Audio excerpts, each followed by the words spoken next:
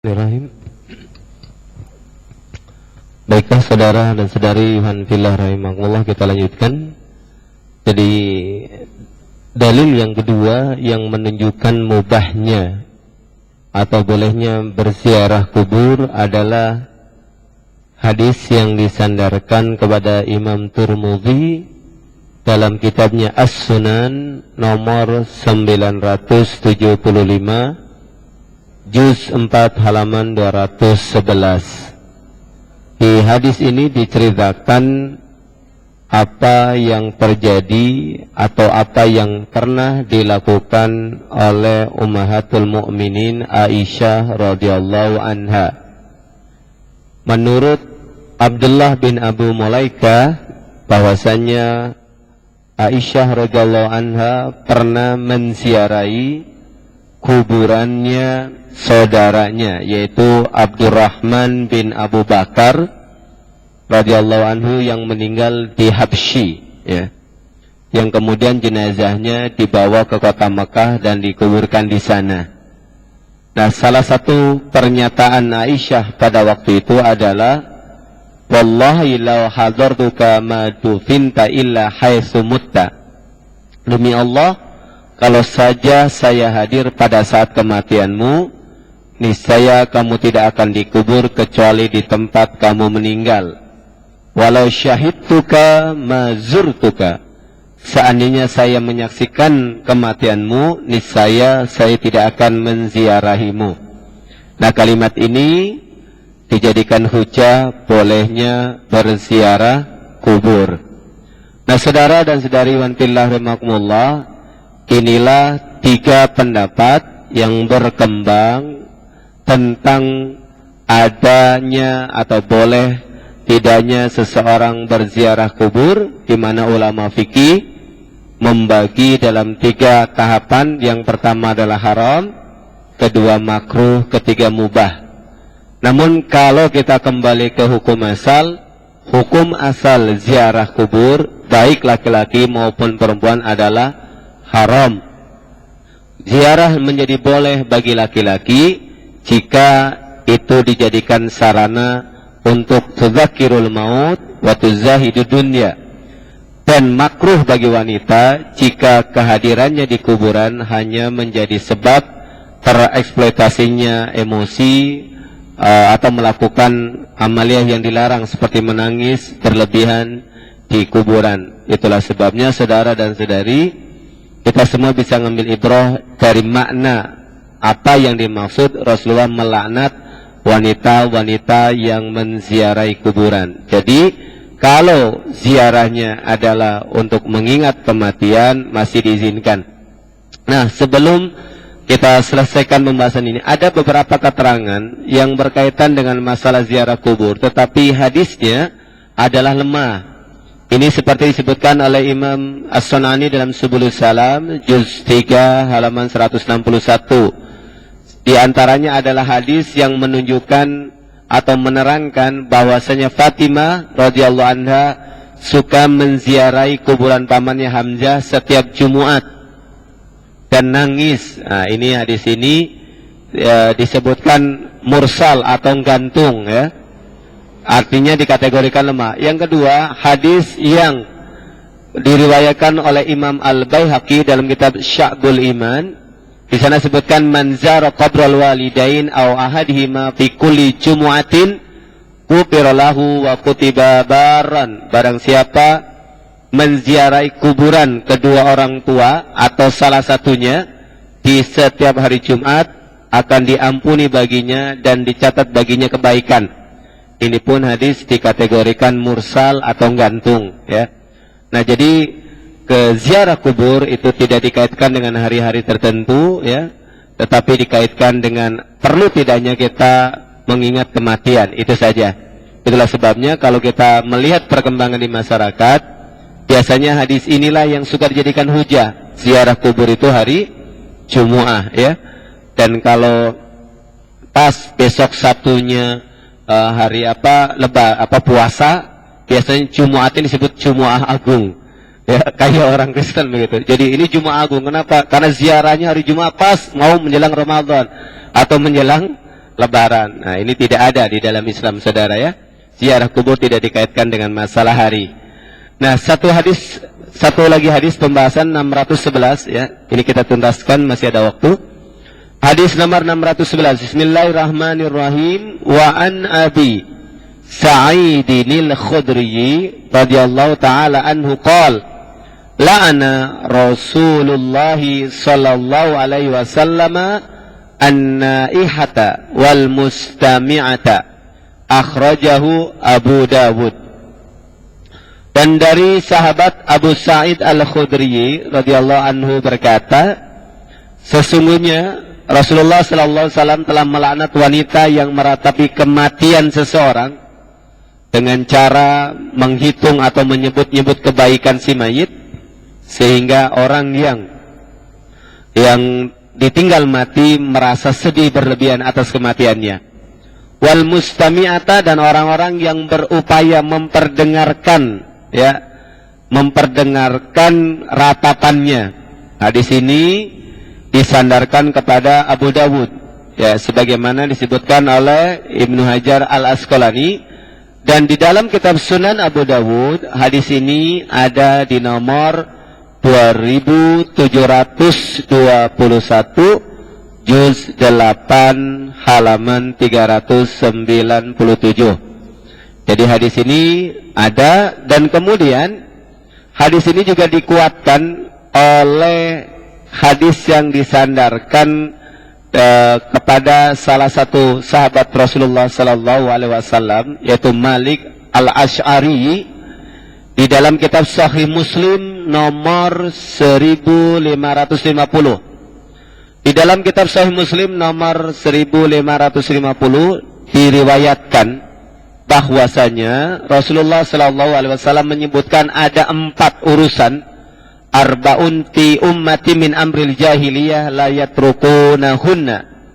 Ada 4 urusan yang dari zaman jahiliyah sampai sekarang masih ada, dan seringkali ada dalam kehidupan seorang muslim. Yang pertama adalah membanggakan kedudukan, al-fakhru fil ahsab. Ini membanggakan kedudukan. Yang kedua, wa ta'nu fil ansab, mencela keturunan, mencela nasib atau garis nasab atau garis keturunan ya, karena orang tuanya tidak sesuai dengan apa yang dibayangkan begitu. Oh, kenapa saya lahirnya tidak dari si A saja begitu, bukan anaknya si B dan sebagainya. Ini termasuk ta'nu fil ansab. Yang ketiga adalah wal istisqa'u bin nujum, yaitu meminta hujan dengan hitung-hitungan bintang. Istisqa bin nujum ya, meminta hujan dengan hitung-hitungan perbintangan, an-nujum, bintang. Kemudian yang keempat adalah wan-niyahah. Wan-niyahah di sini adalah meratapi mayit ya. Bahkan ada lanjutannya, barang siapa yang orang yang pernah meratapi mayit kemudian tidak bertaubat, an-naihatu idza lam tatub qabla mautiha tuqamu yaumal qiyamati wa la sirbalun min qatiran wa dir'un min jarab. Orang yang pernah meratapi mayit, jika dia belum bertaubat sebelum ajalnya, maka pada hari kiamat nanti dia akan dibangkitkan dengan memakai baju panjang berwarna hitam dan memakai tameng dari pedang yang sudah karatan. Nah, ini saudara dan saudari menunjukkan adanya celaan ya. Jadi kesimpulannya, hadis ini adalah menjadi penguat. Hadis nomor 611 adalah penguat takkid kenapa dilarang ziarah kubur bagi wanita. Karena an-naihah itu biasanya adalah wanita yang suka meratap. Kalau laki-laki an-naihun ya, naihun itu meratap. Jadi salah satu alasan dan penguat alasan kenapa wanita-wanita dilarang berziarah kubur adalah kecenderungan emosionalnya yang tidak terkendali, sehingga kehadirannya di dalam kuburan tidak menambahi kebaikan bagi dirinya dan juga kebaikan bagi si mayat, malah justru merepotkan dirinya karena perilakunya yang tidak terkendali. Ini adalah pembahasan terakhir pada malam hari ini, saudara. Nomor 611. Silakan jika ada yang perlu didiskusikan sehubungan dengan tema ini atau mungkin tema-tema yang lain, insya Allah jika memang memungkinkan bisa dijawab, kita akan bahas malam ini.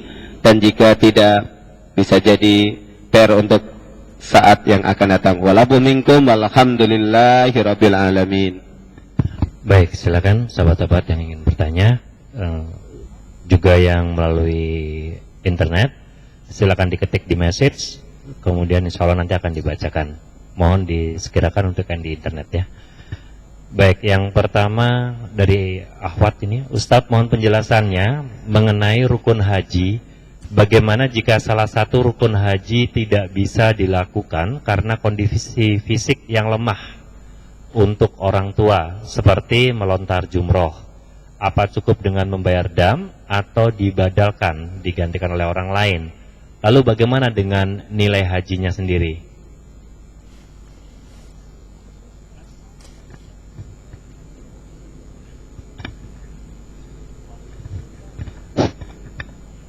Pak Ustadz, episode yang lalu pernah dibahas masalah sujud sahwi dan pengulangan salat. Kalau kita merasa ragu, kita melengkapinya dengan sujud sahwi. Kemudian waktu itu saya bertanya,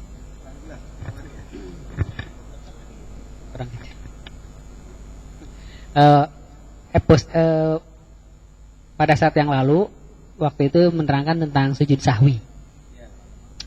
Nah, kalau kita ragu, kita diharuskan untuk sujud sahwi untuk melengkapi salat itu.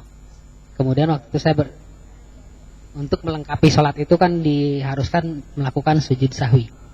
Kemudian waktu itu saya bertanya, boleh nggak mengulangi salat karena tidak yakin dengan salat itu? Waktu itu dibilang boleh, tapi masalahnya kalau terlalu sering melakukan itu, jangan-jangan kita yang bermasalah. Yang saya ingin tanya, yang bermasalah ini yang mana Pak Ustaz? Sujud sahwinya atau pengulangan sholatnya? Kemudian yang kedua, boleh nggak kita, ini pengalaman yang sering saya lakukan, dalam sholat itu kan kita harus lurus dan rapat. Tapi ini mohon maaf aja nih Pak, seringkali saya rapat dengan orang yang bau badannya tidak enak banget. Saya selalu tidak tahan dengan orang yang bau mulut dan bau badan itu. Selalu menghindar. Boleh nggak kita menghindar? Saya tidak bolehkah kita menghindar gitu. Jadi menghindar dari barisan itu gitu. Karena bau badannya itu. Tapi kan maksudnya di dalam Islam kan memang harus kan gitu, itu bersih kan. Gitu. Itu aja Mas. Satu lagi dari Ahwat, apa hukumnya jika seorang teman meminta bantuan untuk, benar nih, untuk menangkap basah istrinya yang diduga keras berselingkuh? Baik. Karena teman tersebut merujuk pada dibutuhkannya 2 orang laki-laki muslim sebagai saksi untuk membenarkan perselingkuhan istrinya. Pakai kamera CCTV itu harusnya ya. Pakai kamera CCTV. Baik, itu dulu Ustaz, silakan. Ya, terima kasih atas pertanyaannya. Yang pertama, tentang rukun haji yang tidak ditunaikan. Kalau rukun haji itu beda dengan wajib haji, saudara ya. Kalau amalan di dalam haji kan ada rukun, ada wajib, ada sunnah. Rukun kalau dilanggar, maka hajinya tidak sah, harus diulang. Tapi kalau wajib, masih bisa dilanggar dengan catatan. Nah, melempar jumroh itu jatuhnya adalah wajib. Karena itu dia bisa diganti, bisa dibadalkan, dan hukum hajinya tetap sah, begitu. Jadi tentunya untuk membadalkan ini ya anjurannya adalah dia memberikan semacam sedekah ya, untuk karena dia menggantikannya atau meminta digantikan. Jadi saudara dan saudari, ini perbedaan antara rukun dan wajib ya. Karena kalau rukun tidak dilakukan, maka dia bisa menjadi batal hajinya. Tetapi kalau wajib haji tidak dilakukan, dia kena dam dan bisa tetap hajinya sah, termasuk melempar jumroh itu. Kemudian yang bermasalah itu apa? Mengulangi sholatnya atau sujud sahwinya. Yang bermasalah bukan dua-duanya, yang bermasalah orangnya.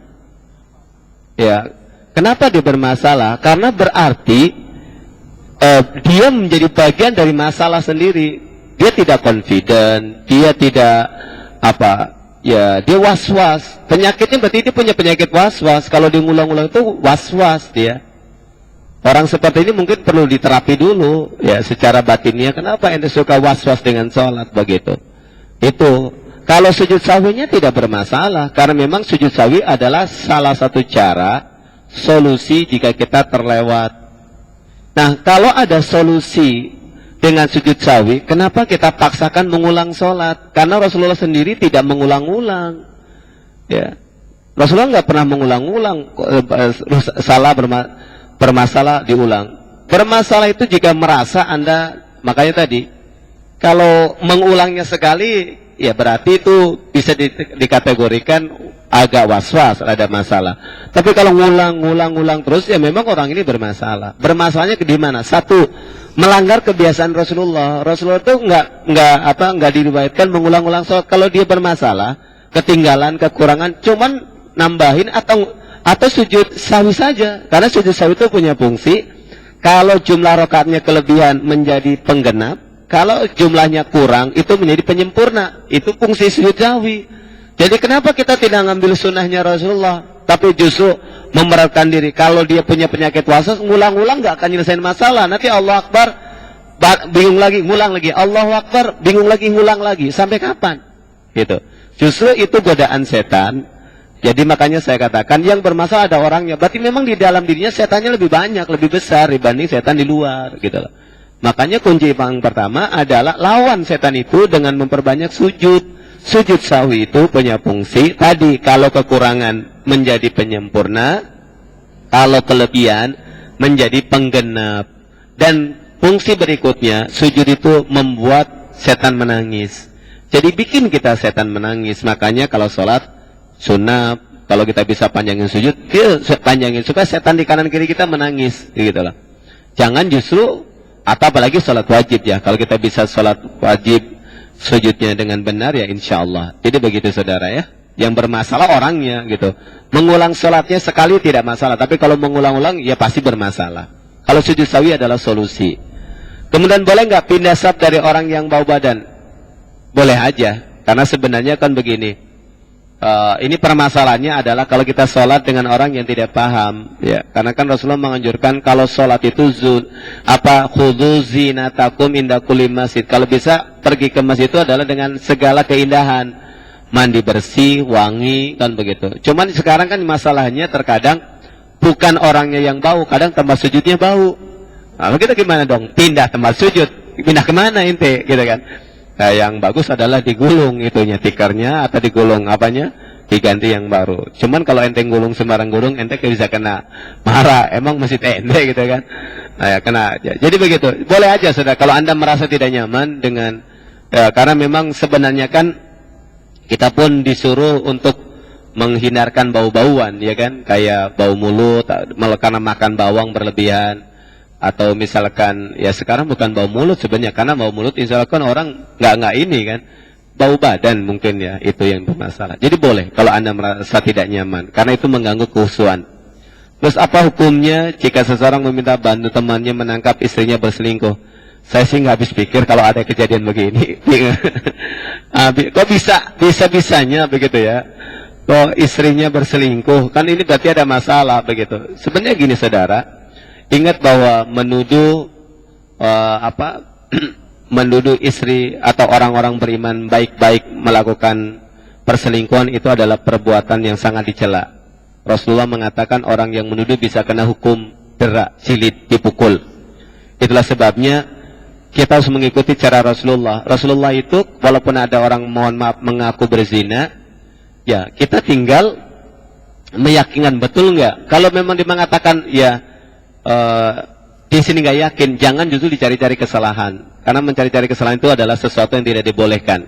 Jadi kalau misalkan ada hubungan suami istri tidak nyaman, sebenarnya solusinya sederhana, nggak usah cari pihak ketiga, karena itu akan menambah masalah. Satu, itu akan membuka aib, dan itu akan menjatuhkan diri dia sebagai seorang suami, bahwa dia ternyata tidak bisa jadi suami yang baik. Kalau istri sampai selingkuhan, berarti suaminya nggak baik, itu saudara ya. Ya, faktor minimal dia tidak menjadi qawwamuna 'ala nisa. Nah, jadi Rasulullah memberikan solusi sebenarnya kalau memang kita merasa tidak nyaman dengan hubungan, kalaupun mau kita bersumpah, sumpah saja antara kedua dengan cara mubahalah. Betul kamu nggak bersumpah? Baik, kalau kamu bersumpahlah, kalau kamu berselingkuh demi Allah 3 kali, Allah akan menebak gitu. Terus kita suami juga, saya bersumpah, tuduhan saya adalah salah, saya berani menanggung resikonya, Allah akan hukum saya. Jadi semuanya nyaman, tinggal kita tunggu hasilnya bagaimana. Itu yang pertama, solusi pertama. Solusi yang kedua, kalau memang merasa bahwa apa yang disebutkan oleh istri sudah tidak nyaman, karena di dalam Quran surat An-Nisa kan ada kaidahnya ayat ke-34. Ar-rijalu qawwamuna 'ala nisa dan seterusnya. Kan di sana suami diberikan izin oleh Allah untuk melakukan tindakan-tindakan yang bersifat punishment ya, pengingat pada istri yang bermasalah. Dari pertama menjauhi dari tempat tidurnya, atau kalau istilah Belandanya adalah pisah ranjang ya. Itu istilah Belanda ya, karena Islam tidak menyebutkan ada istilah pisah ranjang. Jadi dalam satu rumah tapi ranjangnya berpisah, kalau perlu dibikin sekat begitu ya. Nah, itu tidak dianjurkan sebenarnya. Jadi kalau Rasulullah dalam Quran menyebutkan silakan Anda tinggalkan dia. Kedua, kalau memang harus melakukan kekerasan boleh dipukul jika kita tidak merasa nyaman. Jadi artinya, jika kaidah itu tidak bisa ditegakkan dengan baik dan benar, ya sudah, jatuhkan saja talak daripada membuka aib kemana-mana. Gitu. Karena itu tidak akan menjadikan tambah kebaikan, akan menambah keburukan. Apalagi melibatkan orang lain. Karena urusan rumah tangga ini, apalagi urusan ranjang adalah sesuatu yang tidak boleh diungkap pada orang lain, termasuk kepada orang tua. Itu hanya menjadi rahasia berdua. Baik buruknya pasangan kita, itu cukup hanya kita yang tahu. Kalau kita sudah tidak merasa nyaman dalam hal seperti itu, ya silakan selesaikanlah dengan baik. Jadi nggak perlu diekspos, apalagi melibatkan orang lain. Karena Rasulullah menyebutkan salah satu sebab haramnya seseorang masuk menikmati baunya surga adalah orang yang menceritakan keburukan pasangannya di ranjangnya. Jadi jangan hal-hal, apalagi disuruh nyari-nyari ya. Nggak boleh, naudzubillah min dzalik, saudara ya. Jadi solusinya dua tadi, saudara. Bisa dengan sumpah, atau memang bisa ditegakkan aturan. Dan terakhir, finally-nya, ya, mendingan diceraikan, itu lebih bagus. Kalau memang sudah kaidah-kaidah di dalam agama tidak bisa ditegakkan, seperti yang disebutkan dalam surat An-Nisa tadi, ayat 34 ya. Silakan, ada yang mau menambahkan? Ya, dari internet, sahabat Adi menanyakan sujud sahwi itu dilakukan sekali atau 2 kali Ustaz, setelah atau saat sebelum tasahud atau sesudah tasahud akhir? Sama apa? Bacaannya. Iya. Tambahan dari Ahmad. Silakan dijawab dulu Ustaz.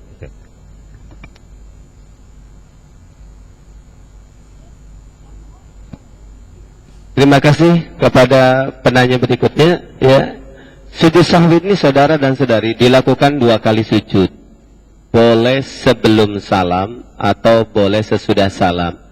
Rasulullah pernah suatu saat sholat kurang dari rakaat, lalu dia sudah sampai rumah dikejar. Ya Rasulullah, apakah telah datang wahyu baru? Kenapa? Ada apa?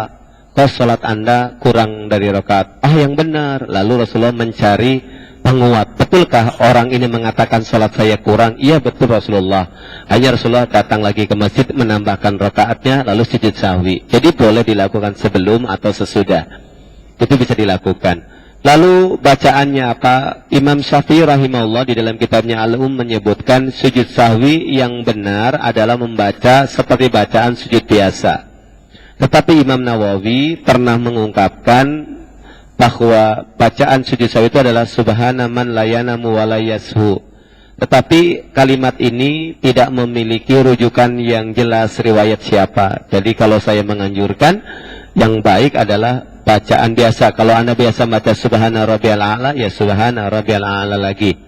Karena subhana man la yanamu wa la yashu itu tadi secara keterangan rujukan itu diragukan dari siapa. Dan keterangan ini kalau dinisbatkan kepada Imam Syafi'i, karena Imam Nawawi itu di salah satu ulama Syafi'iyah, ternyata berbeda dengan apa yang dianjurkan oleh Imam Syafi'i. Jadi lebih baik kita meninggalkan hal yang menimbulkan keraguan, ya. Itu dengan cara apa? Kembali ke kaidah awal bahwa sujud sahwi itu bacaannya adalah seperti bacaan sholat biasa. Silahkan. Ya, dari internet kemarin dari sahabat Dewi. Assalamualaikum Ustadz, apa benar ada yang mengatakan riwayat Wali Songo yang terdapat di Indonesia berbeda dengan riwayat Wali Songo yang ada di arsip di dunia Arab? Ya, sementara itu dulu Ustadz. Terima kasih kepada penanya berikutnya. Tentang riwayat Wali Songo ini memang ada beberapa hal, ya. Saya juga pernah membaca dalam salah satu, dulu kalau tidak salah, ya salah satu buku, bahkan saya juga pernah membaca buku tentang keturunan-keturunan Rasulullah Alawiyin, ya. Kelompok Alawiyin itu siapa saja. Memang disebutkan bahwa Wali Songo itu sebenarnya kan adalah ulama-ulama soleh yang berjihad dan beristihad pada zamannya. Cuman kalau versi Indonesia kan sudah banyak hurafatnya. Contoh Sunan Kalijogo untuk dapatkan wahyu, kekuatan dia nungguin kali. Itu kan sebenarnya hurafat, saudara. Nggak mungkin orang soleh seperti Sunan Kalijaga itu seperti itu. Ya. Bahwa betul ada apa? Itu adalah cerita yang berkembang. Termasuk misalkan Sunan Kalijaga merubah itu jadi emas dan lain sebagainya. Itu pasti unsur hurafat. Karena jangankan orang sekelas wali, sekelas Rasul aja nggak bisa kok ngerubah tanah jadi emas. Kok bisa hebat dari Rasul? Ada lagi yang dibakar nggak mempan dan sebagainya. Mungkin ada, bisa jadi karomah. Karena kalau masalah karomah, saudara, bisa saja misalkan karena pada suatu waktu dibutuhkan, maka terjadi kelebihan atau kemuliaan yang Allah berikan. Contoh, saya pernah mendengar satu keterangan dari salah seorang guru begitu. Jadi ada seorang mau beriman, saya akan beriman kepada engkau, tapi dengan catatan engkau bisa minum racun ini. Kalau minum racun ini, engkau yakini bahwa mati itu di tangan Allah, lalu engkau minum, kamu tidak mati, maka saya akan beriman. Dan ternyata si tokoh ini dengan yakin sekali kepada ya Allah, jika ini adalah jalan kebaikan untuk mengimankan adalah lebih baik, maka hidupkan saya dengan sebab racun ini, kalau tidak matikan saya. Lalu diminum itu supaya tidak dikategorikan bunuh diri, maka ternyata sehat begitu. Maka orang ini beriman. Itu juga bisa jadi semacam karomah. Bisa saja sebenarnya itu terjadi pada zaman sekarang. Jadi dengan demikian saudara dan saudari, khusus buat penanya, saya sangat yakin karena ada beberapa keterangan tentang riwayat-riwayat itu, termasuk tadi yang saya baca buku sejarah para wali, teman pengarangnya saya agak lupa, tapi ini termasuk kelompok ulama Alawiyin, ya. Dia penulis buku juga tentang sirah Rasulullah SAW. Jadi di sana disebutkan bahwasanya para wali songo itu adalah orang-orang soleh yang kemudian ceritanya banyak berkembang menjadi hurafat, termasuk misalkan dialog diskusi yang tidak tuntas antara Sunan Kalijaga dengan Sunan Kudus. Sunan Kalijaga dengan Sunan Kudus itu pernah dialog debat panjang tentang ijtihad, bagaimana berdakwah di kalangan masyarakat pada waktu itu. Sunan Kalijaga berijtihad untuk bisa masuk atau Islam diterima, maka dia menggunakan kebiasaan dan tradisi. Makanya Sunan Kalijaga dikenal dengan membuat pantun-pantun kayak lir-ilir, ya, yang dinyanyikan oleh siapa? MH Ainun Najib atau lain sebagainya. Istihad. Tapi Sunan Kudus waktu mengingatkan, ya, tapi Anda jangan jangan terlena di sini, karena kalau Anda tidak menuntaskan dakwah Anda, maka yang berat adalah ulama penerus atau sesudah kematian kita, karena mereka akan meluruskan apa yang Anda sampaikan itu susah, karena kebiasaan sudah dianggap kebenaran.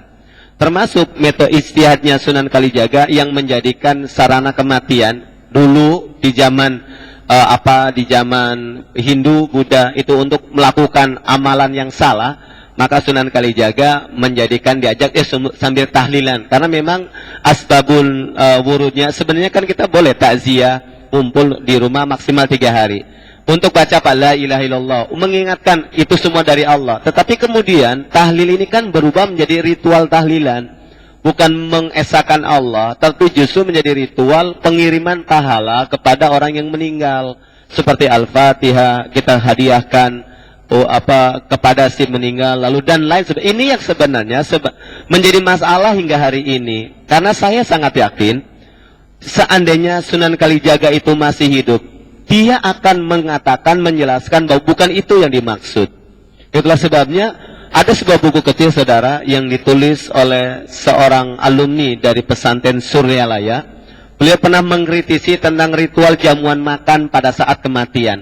Dia mengatakan haram hukumnya menyediakan makanan pada saat kematian.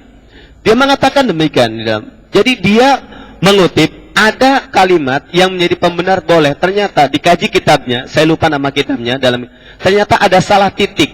Sebenarnya tidak ada titik, dianggap ada titik, sehingga titik itu menjadikan bolehnya dia ada makanan. Itu kemudian dikritisi oleh dia, dilihat pada rujukan-rujukan kitabnya, ternyata tidak ada. Dan kesimpulan dari penulis ini, ya alumni Suryalaya, santrinya Abah Hanom, ya begitu mengatakan bahwa menyediakan makanan saat ritual kematian adalah haram.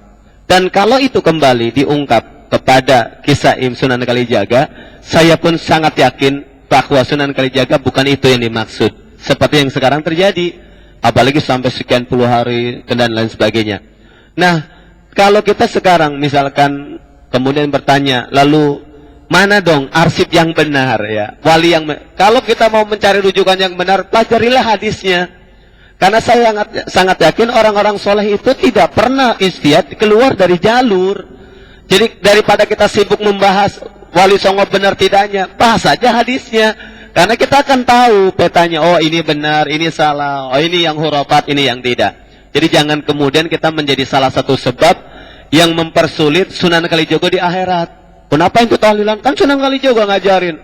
Begitu orang ulama lain sudah mau hisabnya ringan, Sunan Kalijaga hisabnya jadi berat gara-gara kita ini.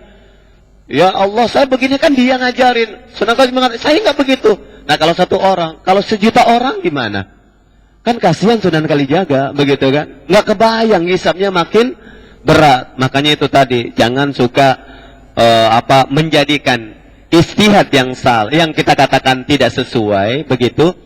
Setelah kita mempelajari menjadi pembenar atas kesalahan kita. Kita boleh mempelajari. Kayak tadi Imam Nawawi pernah beristihad dengan demikian. Oke, kita paham. Silakan aja Imam Nawawi istihadnya beliau membaca Subhana man la yanamu wa la yasu. Tapi jangan dijadikan sandaran kebenaran. Oh, sujud sawi harus baca begini karena Imam Nawawi mengajarkan begini. Imam Nawawi saja berbeda dengan gurunya, dengan yang menjadi ulama panutannya Syafi'i. Kan kasihan kalau kita ngeributin Subhana man la yanamu wa la yasu, mengatakan Syafi'i, nanti Imam Syafi'i diadu sama Nawawi, kasihan lagi kan? Jadi memperberat hisabnya begitu. Mendingan kita, oh jadi kita tahu asalnya dari sini, makanya belajar itu adalah wajib. Dan yang menjadikan kita berbeda amaliyah kita di sisi Allah adalah ilmu kita. Jadi jangan pernah berhenti berilmu, karena ilmu inilah yang bisa jadi saudara menjadi pemuda keberkahan umur kita. Mungkin amaliyah kita sedikit saudara, tetapi karena keilmuan kita, perjalanan kita, semuanya mengarah itu menjadi pemberkah, kita menjadi layak masuk surganya Allah Subhanahu wa taala. Karena mencukupkan diri pada sebuah amalan itu tidak bisa menjamin bahwa kita akan tercukupi akhirat kita. Bahkan Rasulullah pernah bersabda dalam salah satu riwayat, innahu lan yunazzi ahadan amaluhu qatun illa man gomadahullahu biqadri wa rahmati. Sesungguhnya tidak ada satupun amalan manusia yang bisa menjadi sebab terselamatnya di akhirat nanti, kecuali jika dia dikaruniai rahmat dan inayah Allah. Maka kata Rasulullah, pasadidu wa qaribu, berusahalah untuk selalu mencari kebenaran, Jadi berilmu adalah salah satu sebab yang bisa meng-grow up amalan kita, yang niscaya dengan ini mudah-mudahan kita termasuk orang yang dilayakkan masuk surganya Allah Subhanahu wa taala sekalipun amalan kita masih sedikit. Ya, itu saja saudara dan saudari untuk penanya saudari Dewi ya. Mudah-mudahan bisa memberikan tambahan informasi. Jadi jangan sibuk mengurusi riwayat yang di Indonesia. Kalau Indonesia sudah banyak, ya di Indonesia kan kalau berita sudah banyak ya. Cerita G30 SPKI saja udah macam-macam ya. Silakan.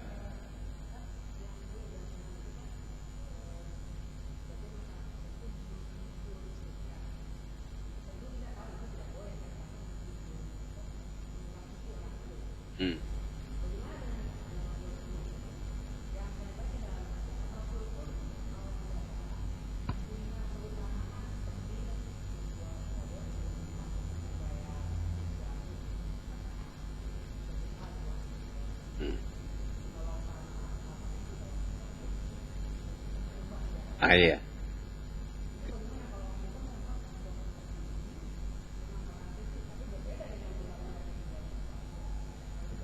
Enggak, jadi ini kan persepsi yang kalau bahasa Islam itu khurafat, persepsi yang menyimpang dari jalur kebenaran. Kalau Rasulullah punya mujizat, dan yang namanya mujizat itu tuh nggak pernah terjadi berulang-ulang. Jadi nggak mungkin orang bisa hari ini bisa emas, besok emas lagi, itu pasti sihir. Mujizat Allah itu yang diberikan kepada Nabi itu hanya sekali. Jadi dia datang hanya sekali waktu dan tidak mungkin terulang. Walaupun mungkin terminnya beda-beda, tetapi biasanya adalah berbeda. Itu. Jadi tidak bisa dijadikan cerita tentang kekaromahan itu menjadi penganggap bahwa dia pasti seperti yang kita katakan kultus. Karena mengkultuskan juga tidak boleh, haram hukumnya. Itu sebabnya saudara dan saudari, salah satu bentuk ritual yang dalam tanda kutip tabaruk ya, mencari keberkahan, kan ada orang sekarang ziarah kubur ke wali-wali, ya kan? Kalau nampaklah sejarahnya, mungkin bisa saja niatnya ingin tahu sejarah perjalanan. Oh, gimana? Tapi kan faktanya bukan itu yang diceritakan. Yang dicari tabaruknya seperti yang kemarin dibahas. Ada orang merasa kalau saya ziarah kubur kok rezeki jadi mudah. Ini hati-hati, itu kan ujian. Ya, itu bisa, karena itu keluar dari kaidah-kaidahnya ziarah kubur kan tuzahidudun ya. Semakin menekan kecenderungan kita akan harta yang berlebihan. Jadi kalau habis ziarah justru kita berharap dunia banyak, itu bermasalah. Jadi tentu tidak pada makomnya mendudukan para wali dengan para nabi atau Rasulullah Sallallahu Alaihi Wasallam. Karena kalau Rasulullah jelas menjadi kewajiban kita mengikutinya karena ada kaidah atiullah wa ati Rasul. Kalau para ulama, itu Rasul mengatakan ada juga ulama-ulama ulama-ulama busuk. Siapa bilang hari ini tidak ada ulama busuk, saudara? Allah mengatakan innalladzina yastaruna bi ayati la basamanan qalila, atau orang-orang yang menunjukkan alladzina yaktumuna ma anzalallah wa yastaruna bi tsamanan qalila ulaika ma yaquluna fi butun minan nar. Barang siapa yang menyembunyikan ayat Allah dan menjualnya dengan harapan dia bisa dapat kekayaan, maka dia tidak lupa seperti orang menjual ayat Allah dan baginya api neraka. Allah tidak akan ngajak ngomong. Nah sekarang fakta banyak kok, hanya karena takut publisitasnya turun lalu membenarkan kesalahan kebiasaan masyarakat. Coba Anda bisa lihat itu. Jadi kenapa sih tidak berani mengatakan oh ini salah, dalilnya begini, walaupun mungkin masyarakat tidak suka. Tapi kalau kita yakin bahwa rezeki kita yang jamin Allah, loh yang turunnya rezeki kita kan bukan karena orang suka tidak suka. Saya sampaikan, Anda suka alhamdulillah, nggak suka juga alhamdulillah. Karena kewajibannya cuma menyampaikan kebenaran. Mudah-mudahan dengan kebenaran Anda dapat hidayah, jadi keberuntungan buat Anda. Dan kalaupun tidak, itu buat ujian bagi kita yang nyampain. Kan sebenarnya begitu saudara. Nah ketidaksiapan itulah yang menjadikan kenapa di negeri kita yang mayoritas ini masjidnya banyak, ulamanya banyak, tetapi yang berani menyampaikan kebenaran itu tidaklah banyak. Susah memang kalau kita mengukurnya dengan ukuran dunia. Kalau kita mengukur dengan ukuran akhirat memang berbeda. Kan? Makanya tadi kita kadang takut publisitas kita turun. Ya, pamor kita, loh apa sih yang mau dijual dengan pamor kita? Ada orang yang begitu bangga pengen yang tampil sebaik-baiknya, pakai aksesoris banyak-banyak, kalau tampil pokoknya biar kelihatan ustadz benar begitu. Ustadznya ada macam-macam begitu. Kan sebenarnya ukurannya bukan itu. Nah inilah permasalahan, karena ulamanya juga membingkis apa yang disampaikan dengan macam-macam. Bahkan sekarang kan ada saudara, Anda ngajarin kebenaran dengan sulap. Jadi kan kita nggak nyambung, nyampein kebenaran dengan sulap. Itu saja sesuatu yang bertolak belakang dengan ayat. Hadis mengatakan Anda ngomong biar didengar orang, supaya orang ketawa aja bisa jadi masalah kok. Nah sekarang kan lebih banyakkan ustadz yang jadi bodor begitu, atau bodor jadi ustadz. Kan, atau jadi pelawak. Sekarang kan mau kalau Anda ustadz jadi pelawak, Anda laku. Tapi kalau ustadz tidak bisa ngelawak, kurang laku. Dan memang itu fakta. Padahal hadisnya, siapa yang menyampaikan omongan yang tidak benar hanya untuk bisa diketawakan, Allah melaknat kok. Hadisnya ada. Anda tuh bagaimana ketemu sama Rasul nanti gitu loh. Kalau saya pribadi nggak bisa membayangin saudara, karena nanggung umur sendiri aja sudah wallahualam bishawab. Apalagi nanggung orang-orang yang banyak menyandarkan ini gara-gara dia. Naudzubillah min dzalik saudara. Jadi inilah fakta yang terjadi di masyarakat kita. Jadi akhirnya Wali Songo disalahkan, dijadikan pembenar. Bahkan Imam Syafi'i sendiri kasihan sebenarnya. Ya. Kenapa? Karena dia akan menjadi sandaran orang-orang yang menyalahkan. Kata madhab Syafi'i begini. Karena Anda beda. Syafi'iyah, madhab Syafi'i itu udah beda. Kalau Syafi'iyah dari Imam Syafi'i, kalau Syafi'iyah orang-orang yang menisbahkan pendapatnya kepada Syafi'i, belum tentu sama dengan Syafi'i seperti Imam Nawawi tadi. Mengajarin doa, subhana man la yanamu wala yasu. Ada juga mengaku madhab Syafi'i kayak sekarang. Tahlilan, madhab Syafi'i. Dari mana ada madhab Syafi'i? Imam Syafi'i ngajarin tahlilan. Ada juga madhab Wali Songo iya. Nah celaka lagi kan. Karena Wali Songo sebenarnya nggak gitu ngajarinnya. Kan naudzubillah min dzalik saudara. Jadi itu tadi, berilmu itu wajib saudara ya. Ya mungkin itu saja yang bisa kita sampaikan pada malam hari ini saudara ya. Ada tambahan satu lagi Ustaz. Oh satu pertanyaan lagi. Ini dari internet soalnya. Sayang. Ya masih berkaitan dengan sujud sahwi tadi. Sahabat tadi menanyakan sujud sahwi ke-1 dan ke-2 itu ada jeda, apakah ada jeda duduk seperti duduk di antara dua sujud, lalu apakah bacaannya sama seperti duduk di antara dua sujud? Jadi kalau di dalam syariat sujud sahwi itu yang menjadi utama adalah sujudnya, bukan duduk antara dua sujud.